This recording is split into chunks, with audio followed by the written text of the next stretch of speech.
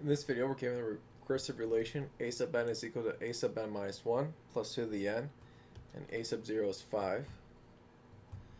So let's find the formula for it.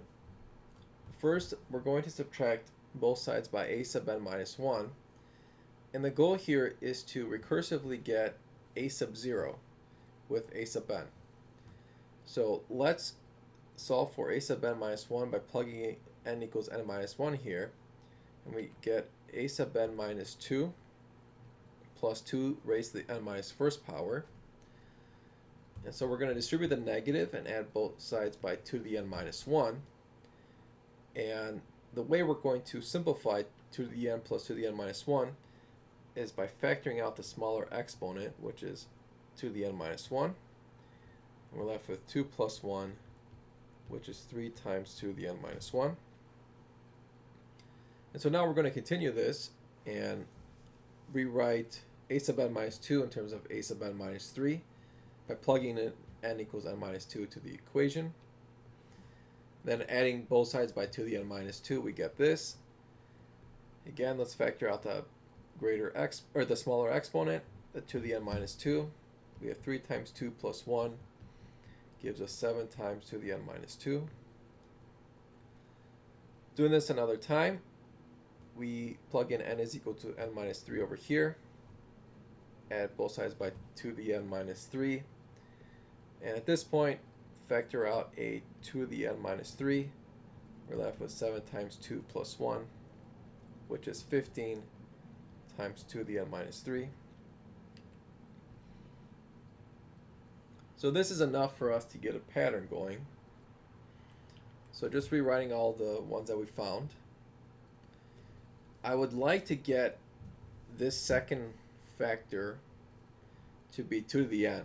So the way I'm going to do that is by multiplying this guy by 2 over 2, this by 2 squared over 2 squared, and then 2 cubed over 2 cubed. So that just makes my life easier because now they all have 2 to the n in common.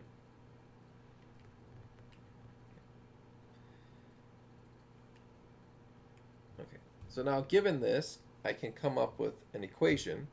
So notice that, well, first I'm going to put a 1 in the denominator. Notice the denominator is a power of 2. So it's like 2 to the 0, 2 to the first, 2 squared, 2 cubed. And then the numerator is basically a power of 2 minus 1. So this one will be power of 2 minus 1. So 3 is 1 less than 4, so that's 2 squared minus 1. 7 is 1 less than 8. And then 15 is 1 less than 16. So I'm just going to write it like that.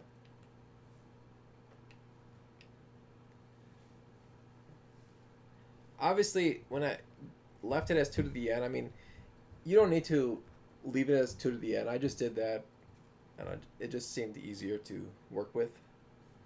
Although that step is optional.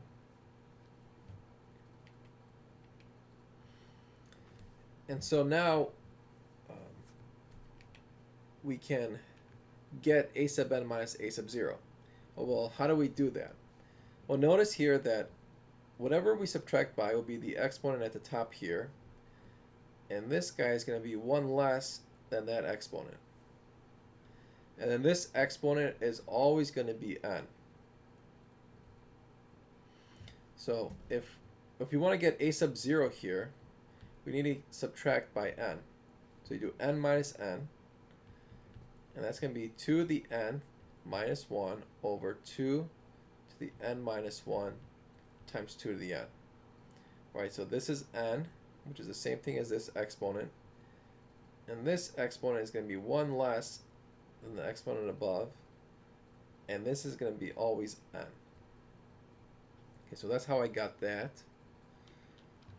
And so 2 to the n over 2 to the n minus 1 is just 2. So you have 2 times 2 to the n minus 1. And then I added a sub 0 to both sides. A sub 0 is 5, so I can replace that with 5. And then I'm going to distribute the 2 and get that a sub n is equal to 3 plus 2 to the power n plus 1.